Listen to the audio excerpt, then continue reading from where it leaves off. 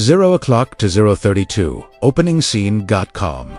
Ominous tone on a quiet farm in rural Germany. Spring, 1922. A mystery unfolded so dark, so cold, and so impossible to explain that even today, more than a century later, investigators, historians, and criminal experts still argue about what really happened. This is file number 00 for the Hinterkaifeck murders. A case where an entire family disappeared into silence. 032-140. Arrival at Hinterkaifeck. The Hinterkaifeck farm stood far from neighbors, deep within the Bavarian woods. A lonely house, a barn, a shed, a place where secrets could hide for months. Inside lived 6 people: Andreas Gruber, his wife Cecilia, their daughter Viktoria, her 2 children, little Cecilia and baby Joseph, and their maid.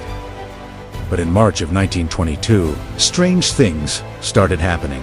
1:43:12. Strange footprints and night sounds. Days before the murders, Andreas noticed something chilling. Footprints leading from the forest, directly toward the home, but none leading back. Inside, he heard footsteps in the attic, voices in empty rooms, and a set of keys went missing. Doors unlocked themselves at night, but Andreas Gruber never called the police. He believed he could solve it on his own. He was wrong. 3:12. 4:10, the new maid arrives. The family maid quit suddenly, claiming the house was haunted, saying she heard footsteps and felt someone watching her. A new maid, Maria Baumgartner, arrived on March 31st. It was her first and last night alive. 4:10. 6 o'clock, the murders begin sometime late at night. A killer lured each family member one by one into the barn. We still don't know how. Maybe they heard a noise. Maybe they were tricked. Maybe the killer knew them. But inside the barn, they were struck with a heavy farm tool. One at a time. Andreas, C. Celia, S. Era. Viktoria, and little baby Joseph and the new maid were murdered inside the house. Moments later, 6 people gone in the darkness. 6 o'clock to 7:40, the discovery days passed with no sign of life. Neighbors noticed the farm animals still fed, the chimney still smoking, but no one answering the door. Finally, neighbors entered the barn and found the bodies stacked in a neat pile, covered with hay. The killer had stayed on the property 4 days, feeding the animals, cooking meals, living amongst the dead. This detail is one of the most disturbing facts of the entire case. 7:40, 9:32. Investigators arrived. Police arrived on April 4th.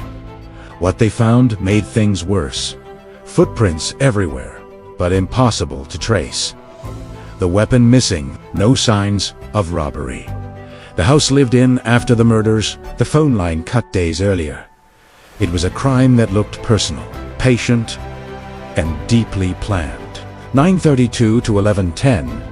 Viktoria's secret and motive questions. Investigators uncovered rumors Viktoria had a complicated relationship with her father, Andreas Gruber.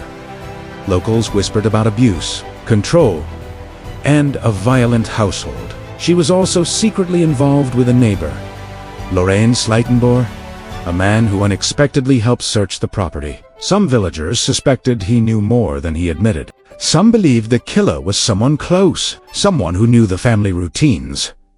But nothing was proven. Las 11:10, las 12:40, little C, Celia Sa.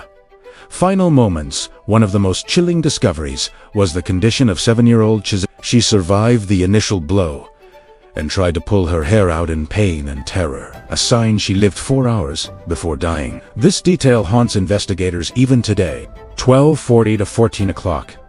Clues that led nowhere. Police collected dozens of leads. Strange men seen watching the farm, foreign workers in the area, a drifter with a criminal past, a former lover, the original maid's testimony, the missing keys, the unknown footsteps in the snow. Every lead ended the same way.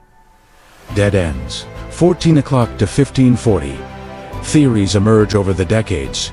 Teorius Gray, a family insider, A jealous lover, a stranger from the woods, a soldier returning from war. A conspiracy involving local officials or even multiple killers. Some claim the timeline proves the killer lived in the attic 4 days before the murders. Others believe the killer left Germany entirely. One thing is certain. Whoever it was, they never made a mistake big enough to be caught. 1542-1820. The missing weapon and final lead, the murder weapon, the matak, was missing for nearly 100 years, until 1990 when it was discovered hidden inside the attic of the house during demolition, meaning the killer may have returned to hide the weapon. Or the killer never left the property at all. This single detail reignited the case worldwide. 1820 to 2010. Police final statement. In 2007, German police reviewed the entire case using modern forensic methods. They identified one likely suspect, but refused to release the name. Their official conclusion: the crime cannot be solved. The killer is almost certainly dead. A cold ending to a cold case. 2010 to 2102. Real photos for videoending.com. Somber tone. You are now about to see real photographs from the 1922 investigation. The barn, the house, the family portraits, the footprints in the snow, and the crime scene images taken by police. Viewer discretion is advised. 2102 to 22 o'clock. Closing narration 100 years later. The Hinterkaifeck farm is gone, but the unanswered questions remain. Who lived in the attic? Who waited for nightfall? Who fed the animals after the murders? And why did they kill an entire family? This is file number 004, the Hinterkaifeck murders. A mystery that refuses to die. What do you think happened that night?